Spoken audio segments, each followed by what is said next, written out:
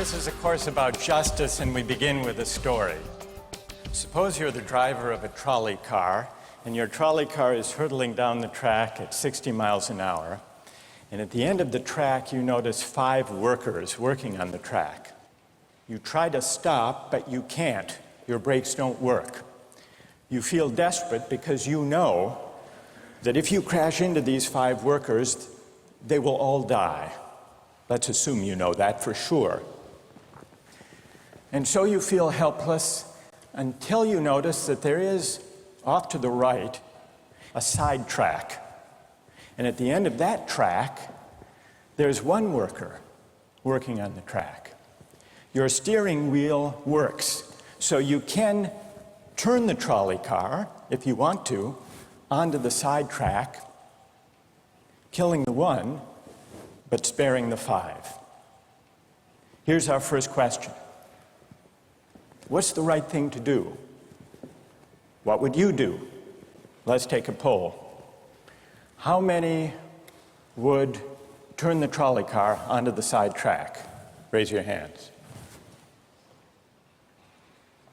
How many wouldn't? How many would go straight ahead? Keep your hands up, those of you who would go straight ahead. A handful of people would. The vast majority would turn. Let's hear first. Now we need to begin to investigate the reasons why you think it's the right thing to do. Let's begin with those in the majority who would turn to go onto the side track. Why would you do it? What would be your reason? Who's willing to volunteer a reason? Go ahead, stand up. Because it can't be right to kill 5 people when you can only kill 1 person instead. It wouldn't be right to kill 5 if you could kill 1 person instead. That's a good reason. That's a good reason. Who else? Does everybody agree with that reason? Go ahead. Well, I was thinking it's the same reason on 9/11. We regard the people who flew the plane into the Pennsylvania field as heroes because they chose to kill the people in the plane and not kill more people in big buildings. So the principle there was the same on 9/11. It's a tragic circumstance, but better to kill 1 and so that 5 can live? Is that the reason most of you had, those of you who would turn? Yes? Let's hear now from those in the minority, those who wouldn't turn. Yes? Well, I think that's the same type of mentality that justifies genocide and totalitarianism. In order to save one type of race, you wipe out the other. So what would you do in this case? You would, to avoid the horrors of genocide, you would crash into the 5 and kill them? Presumably, yes. You? Yeah. Okay, who else? That's a brave answer. Thank you. Let's consider another trolley car case and see whether those of you in the majority want to adhere to the principle, better that 1 should die so that 5 should live. This time you're not the driver of the trolley car, you're an onlooker. You're standing on a bridge overlooking a trolley car track. And down the track comes a trolley car. At the end of the track are 5 workers. The brakes don't work. The trolley car is about to careen into the 5 and kill them. And now, you're not the driver. You really feel helpless until you notice, standing next to you, leaning over the bridge, is a very fat man. And you could give him a shove. He would fall over the bridge, onto the track, right in the way of the trolley car. He would die but he would spare the 5. Now, how many would push the fat man over the bridge? Raise your hand. How many wouldn't? Most people wouldn't. Here's the obvious question. What became of the principle? Better to save 5 lives even if it means sacrificing 1. What became of the principle that almost everyone endorsed in the first case? I need to hear from someone who was in the majority in both cases. How do you explain the difference between the two? Yes? The second one, I guess, involves an active choice of pushing the person down, which I guess that person himself would otherwise not have been involved in this situation at all. And so to choose on his behalf, I guess, to involve him in something that he otherwise would have escaped is, I guess, more than what you have in the first case, where the 3 parties, the driver and the 2 sets of workers are already, I guess, in the situation. But the guy working, the one on the track off to the side, he didn't choose to sacrifice his life any more than the fat man did he? That's true, but he was on the tracks. And you... This guy was on the bridge. Go ahead, you can come back if you want. All right, it's a hard question. All right, you did well. You did very well. It's a hard question. Who else can find a way of reconciling the reaction of the majority in these 2 cases? Yes? Well, I guess in the first case, where you have the 1 worker and the 5, it's choice between those 2, and you have to make a certain choice, and people are going to die because of the trolley car, not necessarily because of your direct actions. The trolley car is a runaway thing, and you're making a split-second choice, whereas pushing the fat man over is an actual act of murder on your part. You have control over that, whereas you may not have control over the trolley car. So I think it's a slightly different situation. All right, who has a reply? No, that's good. Who has a way, who wants to reply? Is that a way out of this? I don't think that's a very good reason, because you choose to, it's either way you have to choose who dies, because you either choose to turn and kill the person, which is an active conscious thought to turn, or you choose to push the fat man over, which is also an active conscious action. So either way you're making a choice. Do you want to reply?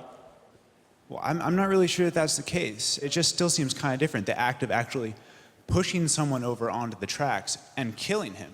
You are actually killing him yourself. You're pushing him with your own hands. You're pushing him. And that's Right. different than steering something that is going to cause death into another. You know, it doesn't good. really sound right saying it now. No, it's good. But I'm up here. It's good. What's your name? Andrew. Andrew. Let me ask you this question, Andrew. Yes. Suppose standing on the bridge next to the fat man, I didn't have to push him. Suppose he were standing over a trap door that I could open by turning a steering wheel like that.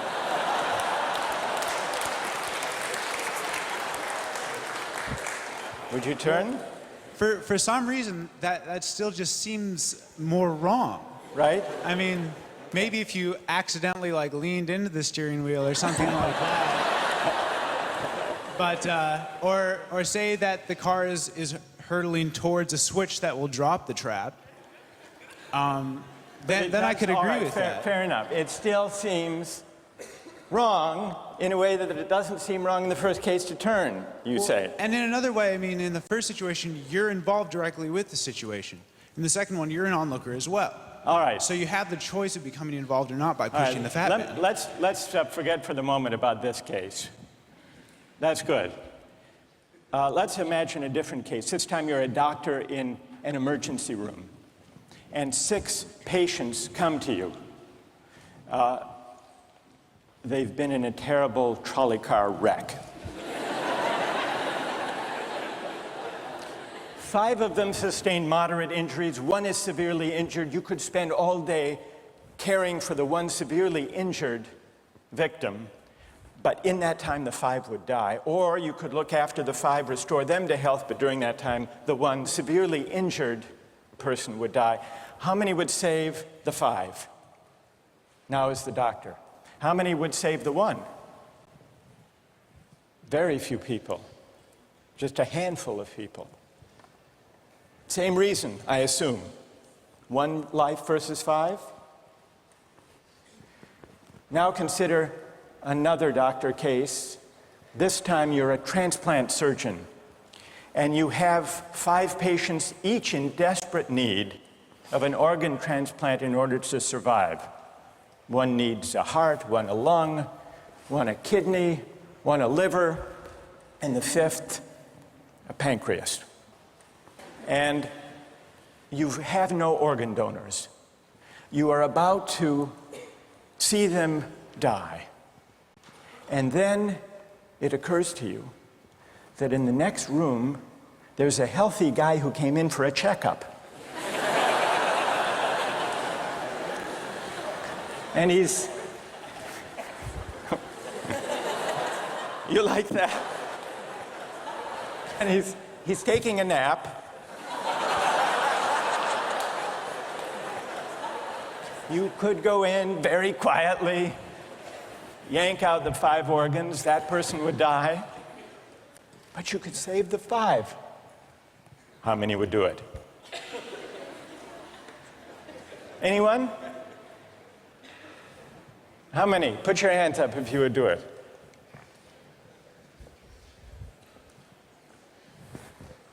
Anyone in the balcony?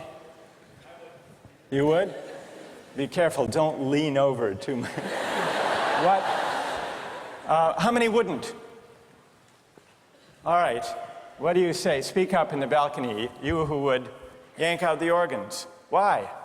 I'd actually like to explore a slightly alternate possibility of just taking the 1 of the 5 who needs an organ who dies first, and using their 4 healthy organs to save the other 4. That's a pretty good idea. That's a great idea, except for the fact that you just wrecked the philosophical point. Well, let's step back from these stories and these arguments to notice a couple of things about the way the arguments have begun to unfold. Certain moral principles have already begun to emerge from the discussions we've had. And let's consider what those moral principles look like. The first moral principle that emerged in the discussion said, the right thing to do, the moral thing to do, depends on the consequences that will result from your action. At the end of the day, better that 5 should live, even if 1 must die. That's an example of consequentialist moral reasoning. Consequentialist moral reasoning locates morality in the consequences of an act, in the state of the world that will result from the thing you do. But then we went a little further, we considered those other cases, and people weren't so sure about consequentialist moral reasoning. When people hesitated to push the fat man over the bridge or to yank out the organs of the innocent patient, people gestured toward reasons having to do with the intrinsic quality of the act itself, consequences be what they may. People were reluctant. People thought it was just wrong, categorically wrong, to kill a person, an innocent person, even for the sake of saving 5 lives. At least people thought that in the second version of each story we considered. So this points to a second categorical way of thinking about moral reasoning. Categorical moral reasoning locates morality in certain absolute moral requirements, certain categorical duties and rights, regardless of the consequences. We're going to explore in the days and weeks to come the contrast between consequentialist and categorical moral principles. The most influential example of consequential moral reasoning is utilitarianism, a doctrine invented by Jeremy Bentham, the 18th century English political philosopher. The most important philosopher of categorical moral reasoning is the 18th century German philosopher Immanuel Kant. So we will look at those two different modes of moral reasoning, assess them, and also consider others. If you look at the syllabus, you'll notice that we read a number of great and famous books. Books by Aristotle, John Locke, Immanuel Kant, John Stuart Mill, and others. You'll notice, too, from the syllabus that we don't only read these books. We also take up contemporary political and legal controversies that raise philosophical questions. We will debate equality and inequality, affirmative action, free speech versus hate speech, same-sex marriage, military conscription, a range of practical questions. Why? Not just to enliven these abstract and distant books, but to make clear, to bring out what's at stake in our everyday lives, including our political lives, for philosophy. And so we will read these books, and we will debate these issues, and we'll see how each informs and illuminates the other. This may sound appealing enough, but here I have to issue a warning. And the warning is this: to read these books in this way, as an exercise in self-knowledge, to read them in this way carries certain risks. Risks that are both personal and political. Risks that every student of political philosophy has known. These risks spring from the fact that philosophy teaches us and unsettles us by confronting us with what we already know. There's an irony. The difficulty of this course consists in the fact that it teaches what you already know. It works by taking what we know from familiar, unquestioned settings and making it strange. That's how those examples worked. The hypotheticals with which we began, with their mix of playfulness and sobriety. It's also how these philosophical books work. Philosophy estranges us from the familiar, not by supplying new information, but by inviting and provoking a new way of seeing. But, and here's the risk, once the familiar turns strange, it's never quite the same again. Self-knowledge is like lost innocence. However unsettling you find it, it can never be unthought or unknown. What makes this enterprise difficult, but also riveting, is that moral and political philosophy is a story, and you don't know where the story will lead, but what you do know is that the story is about you. Those are the personal risks. Now, what of the political risks? One way of introducing a course like this would be to promise you that by reading these books and debating these issues, you will become a better, more responsible citizen. You will examine the presuppositions of public policy. You will hone your political judgment. You will become a more effective participant in public affairs. But this would be a partial and misleading promise. Political philosophy, for the most part, hasn't worked that way. You have to allow for the possibility that political philosophy may make you a worse citizen rather than a better one, or at least a worse citizen before it makes you a better one. And that's because philosophy is a distancing, even debilitating activity. And you see this going back to Socrates. There's a dialogue, the Gorgias, in which one of Socrates' friends, Callicles, tries to talk him out of philosophizing.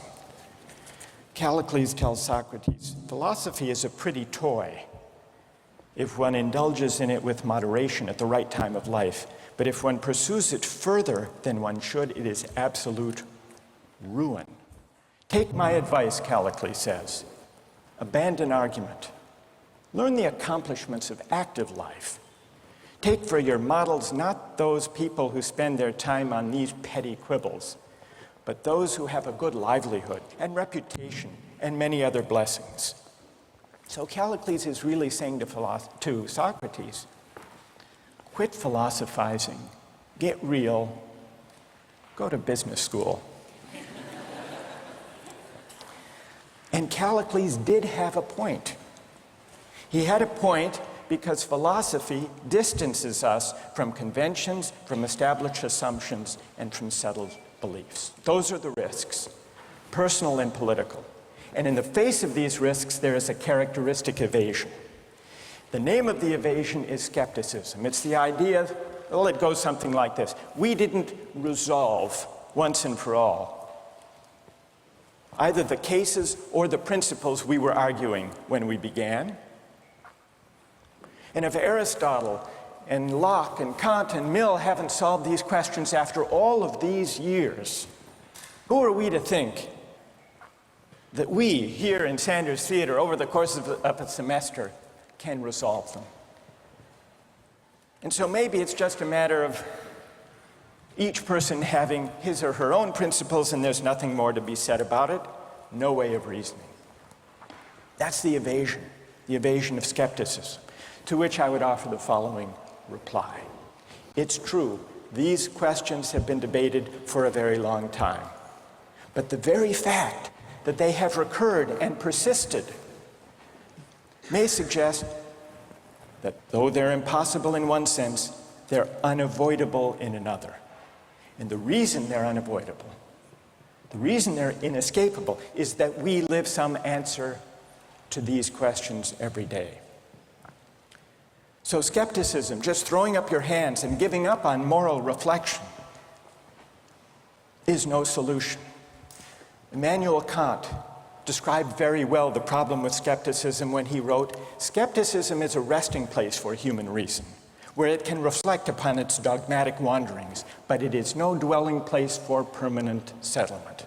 Simply to acquiesce in skepticism," Kant wrote, "can never suffice to overcome the restlessness of reason." I've tried to suggest through these stories and these arguments some sense of the risks and temptations, of the perils and the possibilities. I would simply conclude by saying that the aim of this course is to awaken the restlessness of reason and to see where it might lead. Thank you very much.